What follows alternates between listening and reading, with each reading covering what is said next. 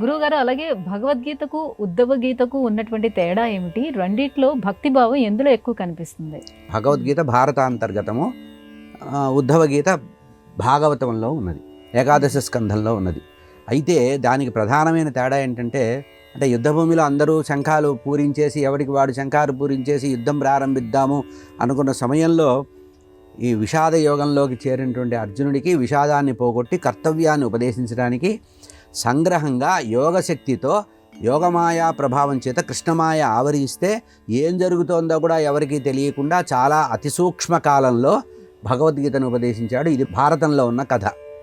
ఇదే విషయాన్ని భాగవతంలో తన అవతార సమాప్తికి ముందు కృష్ణ పరమాత్మ తాను అవతార సమాప్తి చెందుతాను, అవతారం వదిలిపెట్టి వైకుంఠానికి వెళ్ళిపోతున్నాను అనేటువంటి నిర్ణయాన్ని ఋషులందరికీ చెప్పాడు. భాగవతంలో ఏకాదశ స్కంధంలో ఉన్న కథ. అప్పుడు ఈ విషయాన్ని దూరం నుంచి విన్నాడు ఉద్ధవుడు. వినేసి, అయ్యా నువ్వు వెళ్ళిపోతే నేనే ఉంటాను, నిన్ను నమ్ముకొని నేను ఇక్కడ ఉన్నా, నన్ను కూడా వైకుంఠాన్ని తీసుకెళ్ళమని అడిగితే, కాదురా బాబు నువ్వు ఇప్పుడే రావద్దు, నా తత్వాన్ని లోకంలో అందరికీ చెప్పాలంటే, తత్వం తెలుసుకోవాలని కోరిక ఉందంటే, ఏ భగవద్గీతలో అయితే తత్వాన్ని సంగ్రహంగా చెప్పారో ఆ తత్వాన్ని చాలా విపురంగా 32 అధ్యాయాల్లో చెప్పారు. భారతంలో 18 అధ్యాయాలే భగవద్గీత. దాని సారం మొత్తం అతి విస్తృతంగా విడమరిచి చెప్పారు. ఆయా యోగాలు కలిసి చెప్పారు. ఏది అందులో ఉండేటువంటి భక్తి యోగం, జ్ఞానయోగం, సాంఖ్యయోగం, కర్మయోగం, కర్మ సన్యాస యోగం, ఆశ్రమ ధర్మాలు, బ్రహ్మచర్య గృహస్థాశ్రమ సన్యాస వానప్రస్థ ధర్మాలు, అవధూత దక్షిణం, గృహస్థాశ్రమంలో ఎట్లా ఉండాలి, ఇవన్నీ కూడా ఉద్ధవ గీతలో ఉంటాయి. మీకు భగవద్గీతలో ఆ మాటలు ఉండవు. యోగాల గురించి మాత్రమే చెప్పారు. ఇక్కడ ఆశ్రమ ధర్మాల గురించి కూడా చెప్పారు. ఆశ్రమ ధర్మాలను వివరంగా చెప్పారు. 18 అధ్యాయాల్లో ఉండేటువంటి భగవద్గీతను విస్తారంగా 32 అధ్యాయాల్లో చెప్పడం జరిగింది. ఉద్ధవుడు పరమాత్మ యొక్క అనుగ్రహం పరిపూర్ణంగా పొందినవాడు.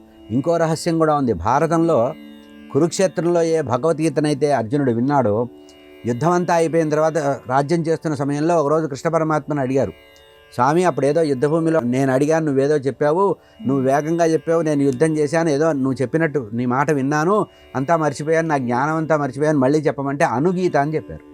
భారతంలో అనుగీత అనేది కూడా ఉంది. అంటే దాన్ని కంటిన్యూషన్ అనమాట.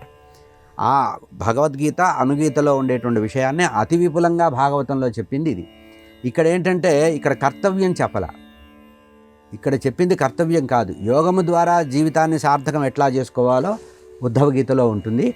కర్తవ్యాన్ని ప్రధానంగా చెప్పి, కురు కర్మ, నువ్వు కర్మ చెయ్యి, కర్మ ఫలితాన్ని అనుభవించు, కర్మని ఫలితాన్ని అనుభవించిన తర్వాత కర్మ నాకు వదిలేయి, ఆ తర్వాత కర్మ ఫలత్యాగం చెయ్యి, కర్మ సన్యాసం చేయమని అక్కడ చెప్పారు.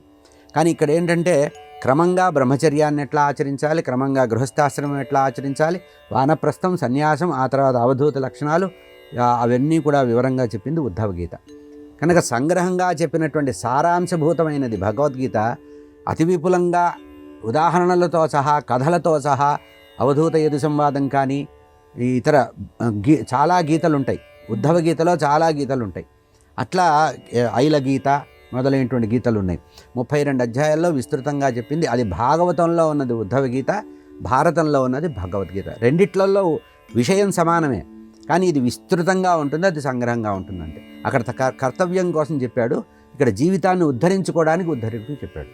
ఇది జీవనోద్ధరణ కోసం చెప్పబడింది భగవద్గీత, కర్తవ్యోపదేశానికి చెప్పింది భగవద్గీత.